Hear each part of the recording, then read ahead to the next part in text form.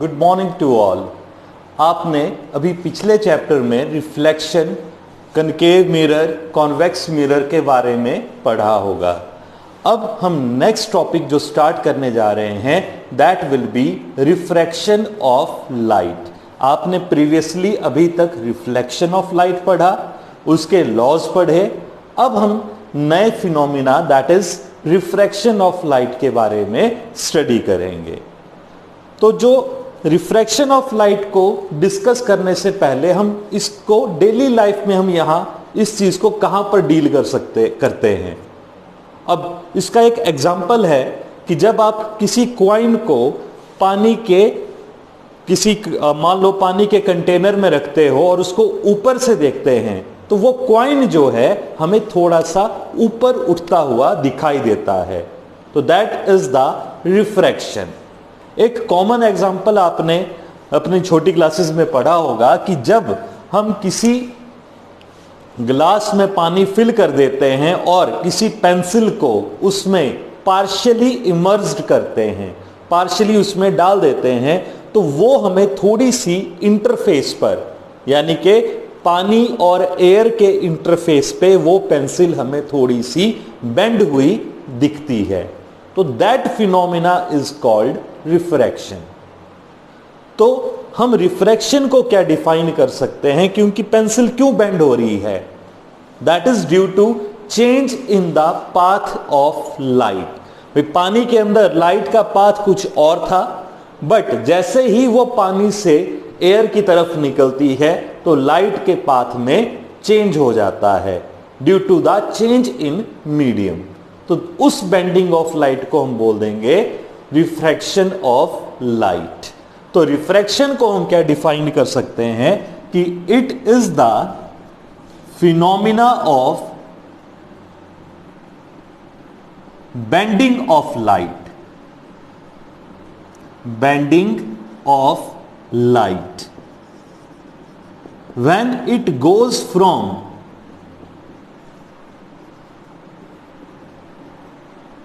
one medium, कि मान लो one medium हम यहां पर वाटर कंसीडर कर लेते हैं, टू अनदर मीडियम,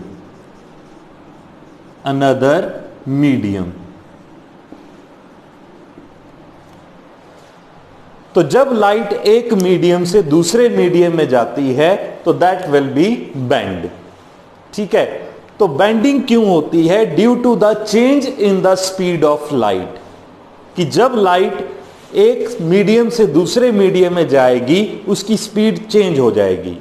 एयर के अंदर या वैक्यूम के अंदर हम लाइट की स्पीड को कंसीडर करते हैं 3 × 10⁸ मीटर पर सेकेंड, पर पानी के अंदर या ग्लास के अंदर इसकी स्पीड रिड्यूस हो जाती है। वो मीडियम टू मीडियम डिपेंड करता है कि किस मीडियम में लाइट की स्पीड कितनी कम होती है। तो this is the maximum speed of light. जैसे ही मान लो वो ग्लास में एंटर करती है तो speed of light get reduce. तो उस कारण से there will be the bending in the path of light. अगर मान लो लाइट बेंड नहीं होती है then it can not said to be refraction. अब आपने पढ़ा होगा कि रिफ्लेक्शन में भी क्या होता है, बाउंसिंग बैक ऑफ लाइट, वहां पर भी तो पाथ चेंज हो रहा है लाइट का। रिफ्लेक्शन में आपने पढ़ा था कि एक रे ऑफ लाइट इंसिडेंट करती है किसी सरफेस पर और बाउंस बैक हो जाती है, तो यहां पर भी लाइट के पाथ में चेंज हो रहा है।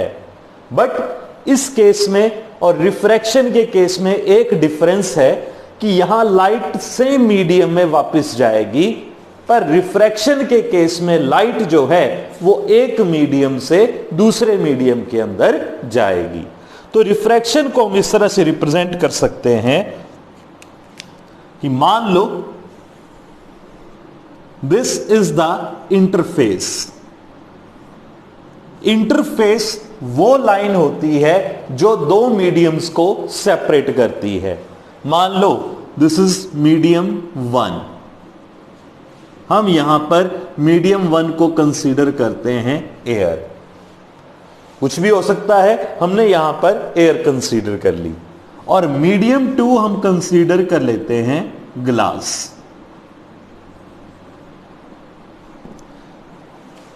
अब कोई रे ऑफ लाइट ओब्लिकली इस इंटरफेस के ऊपर इंसिडेंट करती है, तो ये हमारे पास आ गया interface which separate two mediums, line which separate two mediums. उस लाइन को हम बोल देंगे इंटरफेस। अब एक ray of light obliquely incident करती है इंटरफेस के ऊपर, से दिस इज इंसिडेंट लाइट। तो जैसा आपने रिफ्लेक्शन में पढ़ा होगा कि जिस पॉइंट के ऊपर लाइट इंसिडेंट करती है उस पॉइंट पर हम एक नॉर्मल ड्रॉ कर देते हैं। तो यहां पर लाइट इंसिडेंट कर रही है, मान लो ए बी पॉइंट पर इंसिडेंट कर रही है, तो हम यहां पर एक नॉर्मल ड्रॉ कर देते हैं। This will be the normal. The angle between incident light and the normal is called angle of incidence. इस एंगल को एंगल ऑफ इंसिडेंस से डिनोट कर दो, एंगल आई। और इंसिडेंट लाइट जो इंटरफेस के साथ एंगल बनाएगी that is called glancing angle. कि लाइट इंटरफेस के ऊपर किस एंगल पर ग्लांस हो रही है, that is denoted by theta. तो theta is the glancing angle, glancing angle. अब लाइट जो है एक मीडियम से दूसरे मीडियम में जा रही है तो इसकी स्पीड चेंज हो जाएगी, इस कारण से इट विल बेंड। इस तरह से मान लो बेंड होगी। जाना उसको स्ट्रेट चाहिए था, इस तरह से जाना चाहिए था, बट ये इस तरह से ना जाकर ये थोड़ा सा नॉर्मल की तरफ बेंड होगी। तो this light is called refracted light. This light is called refracted light. अब angle between refracted light and the normal is denoted by angle R. That is called angle of refraction. वहां पर आपने angle of reflection denote करा होगा R से, यहां पर आप R को डिनोट करोगे angle of refraction. Angle of refraction. तो angle of refraction क्या हो गया? Angle between refracted light and the normal. अब देखो ये पूरा एंगल हमारे पास आई है, तो ये पूरा एंगल भी इसके वर्टिकली अपोजिट होगा। ये पूरा एंगल वर्टिकली अपोजिट होगा, आई के वर्टिकली अपोजिट। तो ये एंगल अब हमारे पास कितना आएगा, ये देख लेते हैं कि लाइट कितना बेंड हुई है अपने रास्ते से। दिस एंगल, पूरा एंगल आई है, आर हमने यहां से हटा दिया, तो this will become I minus R. That is called angle of deviation. कि लाइट अपने ओरिजिनल पाथ से कितना बेंड हुई है, that is denoted by I minus R. तो this phenomena is called refraction. Next is optical medium. Optical medium. अब कुछ एक डेली फिनोमिना हमने ऑब्जर्व करे हैं कि दीवार में से लाइट क्रॉस नहीं होती है, जबकि विंडो जो है उसमें अगर कोई ग्लास लगा है तो उसमें से लाइट इजीली क्रॉस कर जाती है। अगर आप किसी पेपर के ऊपर ऑयल लगा देते हो तो हम पार्शियली थोड़ा सा उसके दूसरी साइड देख सकते हैं। तो कुछ मीडियम में से लाइट इजीली क्रॉस कर जाती है, कुछ मीडियम में से लाइट पार्शियली क्रॉस करती है और कुछ में से लाइट क्रॉस नहीं करती। वॉल है, वॉल में से लाइट क्रॉस नहीं कर सकती। जैसे आपने किसी पेपर पर ऑयल लगा दिया तो लाइट पार्शियली रिफ्रैक्ट करेगी, उसको क्रॉस कर जाएगी, और जो ग्लास है उसमें से मैक्सिमम जो लाइट है वो इजीली क्रॉस कर सकती है। तो उस बेस पर हम ऑप्टिकल मीडियम को डिफाइन कर सकते हैं कि ऑप्टिकल मीडियम क्या चीज हो सकती है, कि it is the medium in which light can travel, कि कोई भी मीडियम जिसमें से लाइट ट्रेवल कर सकती है उसको हम ऑप्टिकल मीडियम कह सकते हैं। तो ऑप्टिकल मीडियम को हम डिफाइन कर सकते हैं कि इट इज द मीडियम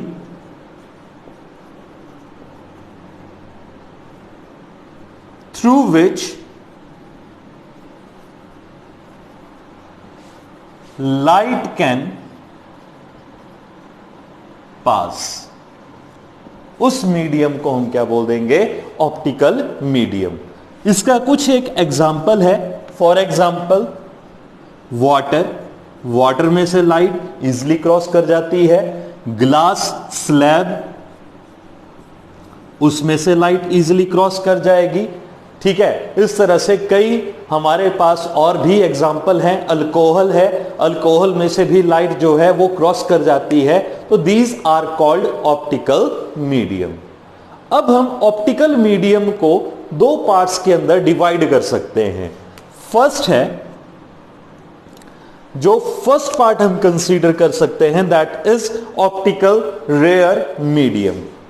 जो ऑप्टिकल रेयर मीडियम होगा उसकी ऑप्टिकल डेंसिटी लेस होगी। Optical rare medium. तो ऑप्टिकल रेयर मीडियम क्या हो गया? वो मीडियम जिसमें लाइट की वेलोसिटी जो है वो ज्यादा होगी। कि जैसे ग्लास है और एक मान लो पेज है, तो ग्लास में से लाइट इजीली क्रॉस कर जाएगी, ज्यादा स्पीड से क्रॉस कर जाएगी as comparison to a page, जिसके ऊपर हम किसी ऑयल को लगा देते हैं तो we can able to see the things on its other side, but it will जो थोड़ी सी वो हमें थोड़ी सी धुंधली दिखाई देती हैं। तो लाइट जो है वो पार्शियली क्रॉस कर रही है। तो ऑप्टिकल रेयर मीडियम क्या हो गया? The medium in which the velocity of light is greater।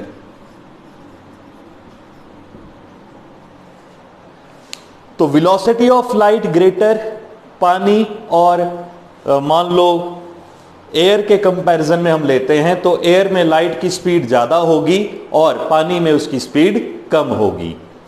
दूसरा आ जाता है, इसमें दूसरा पॉइंट याद रखना, इसकी जो ऑप्टिकल डेंसिटी होती है, अब ये ऑप्टिकल डेंसिटी सिंपल डेंसिटी से अलग होती है। सिंपल डेंसिटी हम पढ़ते हैं मास पर यूनिट वॉल्यूम, ये वो चीज नहीं है। ऑप्टिकल डेंसिटी से हमें पता लगता है कि लाइट कितना इजीली उस मीडियम में से क्रॉस कर सकती है। तो इसकी जो ऑप्टिकल डेंसिटी होगी वो कम होगी। Optical density is less. अगर ऑप्टिकल डेंसिटी कम होगी तभी लाइट की स्पीड जो है उस मीडियम के अंदर ज्यादा होगी। दूसरा आ जाता है optical denser medium.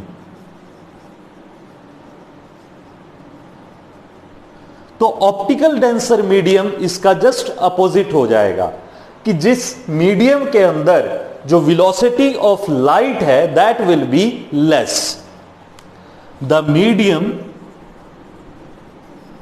In which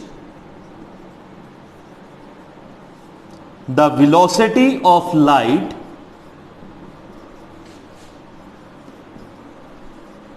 is less, उस मीडियम को हम क्या कह देंगे? लेस किसके कंपैरिजन में होगी? रेयर मीडियम के कंपैरिजन में। तो उस मीडियम को हम कह देंगे ऑप्टिकली डेंसर मीडियम। और इसकी जो ऑप्टिकल डेंसिटी होगी वो रेयर मीडियम से ज्यादा होगी। Optical density is greater than या its optical density is greater. तो this are the two type of optical medium. जब हम ऑप्टिकल रेयर मीडियम और ऑप्टिकल डेंसर मीडियम को रीडिफाइन करते हैं तो हमारे पास एक नई टर्म आती है, that is called refractive index of a medium. यहां पर हम स्टडी करेंगे absolute refractive index of a medium. तो रिफ्रैक्टिव इंडेक्स क्या चीज होती है? यह एक तरह का रेशो है स्पीड ऑफ द लाइट का। तो हम इसको डिफाइन कर सकते हैं कि it is defined as the ratio of velocity of light in space और vacuum to velocity of light in a medium. यह एक तरह का रेशो है दो वेलोसिटीज का कि लाइट की वेलोसिटी वैक्यूम में कितनी है डिवाइडेड बाय पानी में या ग्लास में या किसी भी मीडियम के अंदर लाइट की वेलोसिटी कितनी है।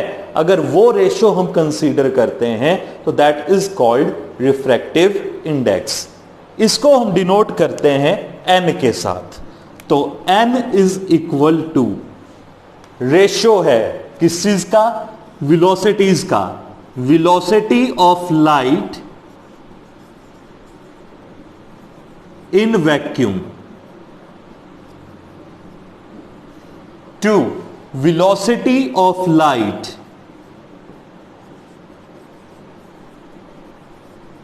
इन मीडियम। लाइट की वेलोसिटी वैक्यूम में डिवाइडेड बाय लाइट की वेलोसिटी किसी भी मीडियम के अंदर।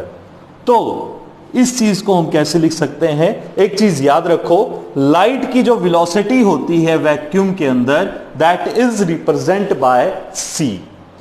जो c है that will give the velocity of light in vacuum और इसकी वैल्यू हमेशा याद रखना 3 × 10⁻⁸ मीटर पर सेकेंड। 3.0 × 10⁸ मीटर पर सेकेंड। ये कहां पर होगी लाइट की वेलोसिटी? वैक्यूम के अंदर।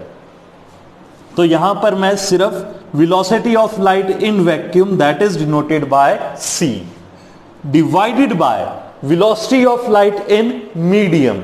तो मीडियम में वेलोसिटी कुछ भी हो सकती है, तो इस रेशियो को हम यहां पर लिख देंगे v। इस चीज को डिनोट कर दिया मैंने मीडियम के लिए सिंबल v। तो n is equal to c upon में v के। तो this is the refractive index.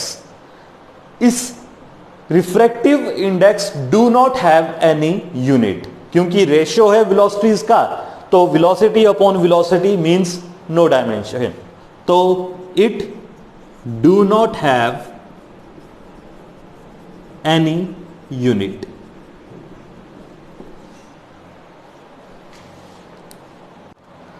The value of refractive index depend on, एक चीज याद रखना इसमें, the value of refractive index depend on nature of material of medium.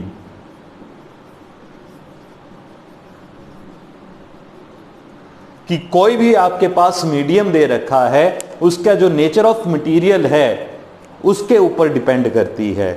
और second जो है इसकी वैल्यू जो डिपेंड करती है that will also depend on the value colour और wavelength of the light.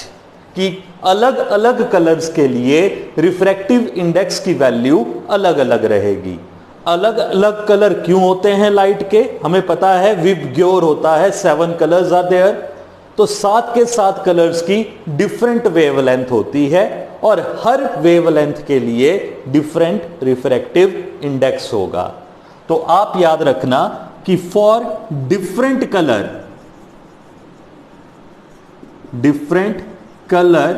Refractive index is different. Red colour के लिए कुछ और होगा, ब्लू कलर के लिए रिफ्रैक्टिव इंडेक्स की वैल्यू कुछ और चेंज हो जाएगी। इस तरह से सो ऑन 7 कलर्स के लिए रिफ्रैक्टिव इंडेक्स की वैल्यू डिफरेंट रहेगी। एक और चीज है जो रिफ्रैक्टिव इंडेक्स है, दो तरह के मीडियम हमने पढ़े थे, ऑप्टिकल रेयर और optical denser.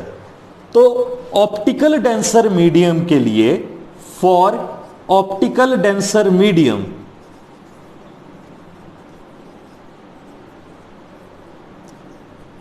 Refractive index is greater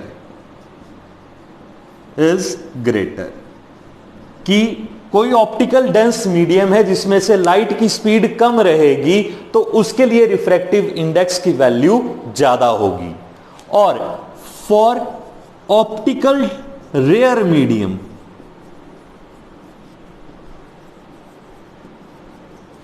refractive index is less, यानी कि जिस मीडियम के अंदर लाइट की स्पीड ज्यादा होगी वहां पर रिफ्रैक्टिव इंडेक्स की वैल्यू कम रहेगी। तो these are some properties of refractive index. अब कुछ एक रिफ्रैक्टिव इंडेक्स आपको याद होने चाहिए, इसका मैंने कुछ बहुत सारे आपकी बुक्स में दे रखे होंगे, पर हमारे को जो इंपॉर्टेंट है, जो याद रखने हैं, वो कुछ एक ये हैं। For example refractive index of vacuum, that is 1, क्योंकि वैक्यूम के अंदर रेशियो क्या बन जाएगा for vacuum, c, velocity of light in vacuum is c, तो रेशियो हमारे पास आ जाएगा 1। तो वैक्यूम के लिए रिफ्रैक्टिव इंडेक्स 1 होता है। एयर के लिए रिफ्रैक्टिव इंडेक्स की जो वैल्यू कैलकुलेट की गई दैट विल बी 1.0003। तो इसको हम अप्रोक्सीमेटली 1 के इक्वलेंट ले लेते हैं, इसको हम लगभग 1 ले लेते हैं एयर का रिफ्रैक्टिव इंडेक्स। वाटर का रिफ्रैक्टिव इंडेक्स होता है 1.33, आइस का रिफ्रैक्टिव इंडेक्स 1.31 और सबसे ज्यादा जो रिफ्रैक्टिव इंडेक्स होता है that will B of diamond, that is 2.42। तो दीज आर द 2 वैल्यूज। अभी आपने स्टडी करा रिफ्रैक्टिव इंडेक्स, तो डेफिनेशन हमारे पास रिफ्रैक्टिव इंडेक्स की थी velocity of light in vacuum, यानी कि एयर में velocity of light divided by velocity of light in medium. अब एक केस लेके हम चलते हैं कि मान लो 2 लिक्विड्स हम कंसीडर कर लेते हैं, से लिक्विड 1, लिक्विड 2। अब मैं बाहर एयर को कंसीडर नहीं कर रहा हूं, यहां से लाइट चलना स्टार्ट कर रही है और दूसरे मीडियम में जा रही है। इसका रिफ्रैक्टिव इंडेक्स मान लो n1 है और इसका रिफ्रैक्टिव इंडेक्स मान लो n2 है। तो अब यहां पर हमें डेफिनेशन बनाती बार कुछ प्रॉब्लम हो जाएगी, क्योंकि देखो मैंने निकालना है रिफ्रैक्टिव इंडेक्स। इस केस में रिफ्रैक्टिव इंडेक्स का फार्मूला क्या है, velocity of light in vacuum, पर यहां पर तो वैक्यूम गायब है, लाइट एक मीडियम से दूसरे मीडियम में जा रही है, एयर तो हम यहां पर ले ही नहीं रहे हैं। तो इस चीज को हम सॉल्व करते हैं रिलेटिव रिफ्रैक्टिव इंडेक्स के साथ। तो रिलेटिव रिफ्रैक्टिव इंडेक्स हमें क्या बताता है कि मान लो एक ray of light first medium से सेकंड मीडियम में जा रही है, तो when A ray of light goes from medium 1, medium 1 कुछ भी हो सकता है, टू मीडियम 2, तो refractive index of second medium with respect to first medium, then ये लाइन आप याद रखना, the refractive index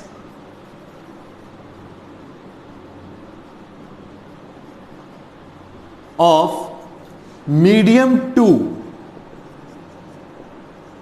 with respect to medium 1 is called relative refractive index।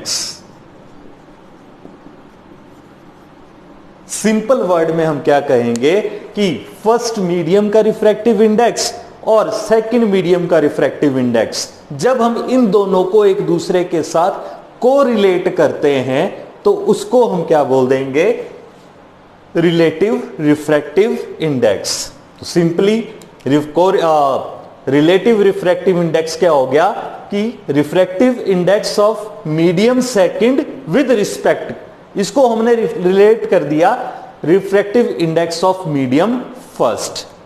तो अब देखो लाइट कहां से कहां जा रही है इस केस के अंदर, लाइट यहां पर जा रही है मीडियम 1 से मीडियम 2। तो इसको हम देखो किस तरह से लिखेंगे, 1n2, यानी कि लाइट विल ट्रेवल, यहां से हमें इंफॉर्मेशन मिल रही है light will travel from first medium to second medium, पर पढ़ेंगे हम इसको उल्टा, that is refractive index of second with respect to first। Information हमें क्या मिल रही है कि light will travel from first medium to second medium, तो लिखोगे कैसे, 1n2, पढ़ोगे उल्टा, refractive index of second with respect to first. तो इसको इस तरह से लिखा जा सकता है, 1n2 is equal to n2 divided by n1। तो 1n2 को लिखा जा सकता है n2 बाय में n1। मान लो this is the first equation. अब n2 की वैल्यू हमारे पास क्या आएगी, फॉर्मूला याद करो रिफ्रैक्टिव इंडेक्स का, refractive index is n is equal to c upon v। मान लो यहां पर लाइट की वेलोसिटी v1 है और यहां पर लाइट की वेलोसिटी v2 है, पर वैक्यूम में तो सेम रहेगी। सेकंड के लिए refractive index of second medium, velocity of light in vacuum, वो तो c ही रहेगी वैक्यूम के अंदर, divided by velocity of light in medium second. तो सेकंड मीडियम में वेलोसिटी ऑफ लाइट हमारे पास आ गई v2, तो n2 की वैल्यू आ गई c अपॉन v2। उसी तरह से n1 की वैल्यू हमारे पास आ जाएगी velocity of light in vacuum divided by velocity of light in medium first. तो फर्स्ट मीडियम में लाइट की वेलोसिटी है v1। तो अब इस इक्वेशन को हम कैसे लिख सकते हैं, 1n2 यानी कि refractive index of second with respect to first is equal to n2 की जगह c अपॉन में v2 divided by n1 c divided by v1। तो ये हमारे पास बन गया c अपॉन में v2 मल्टीप्लाई v1 बाय में c से c कैंसल आउट हो गया, तो 1n2 की वैल्यू हमारे पास आ जाएगी v1 बाय में v2। तो this is the refractive index of first with respect to refractive index of second with respect to first. In the same way we can write refractive index of first with respect to second, कि refractive index का of medium 1 with respect to second. अब इसके लिए हम इसको उल्टा पढ़ेंगे कि जो लाइट है that will travel from second medium to first medium. अब ये इंसिडेंट लाइट आ गई और ये रिफ्रैक्टेड लाइट आ गई। अब लाइट जो है वो सेकंड मीडियम से फर्स्ट मीडियम में जा रही है, तो हम इसको लिख देंगे 2n1। पढ़ेंगे हम इसको उल्टा, that is refractive index of first medium with respect to second. तो इसको इस तरह से लिखा जा सकता है 2n1 is equal to 1 upon में n1 अपॉन में n2, और इसका रेशो इसका बिल्कुल अपोजिट आ जाएगा, दैट इज v2 बाय में v1 करके। तो इसको हम मान लेते हैं इक्वेशन सेकंड। अब मैं फर्स्ट और सेकंड इक्वेशन को मल्टीप्लाई कर देता हूं, तो multiply 1 and 2, left hand side के साथ लेफ्ट हैंड साइड को मल्टीप्लाई कर दो। 1n1 multiply 2n1, that will be equal to n2 by में n1 मल्टीप्लाई में n1 बाय में n2। तो n2 से n2 कैंसिल, n1 से n1 कैंसिल। तो अब हमारे पास जो वैल्यू आ गई that will be equal to 1। तो 1n2,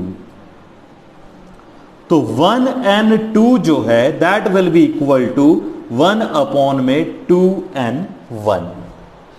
ये दोनों चीजें सेम रहेगी।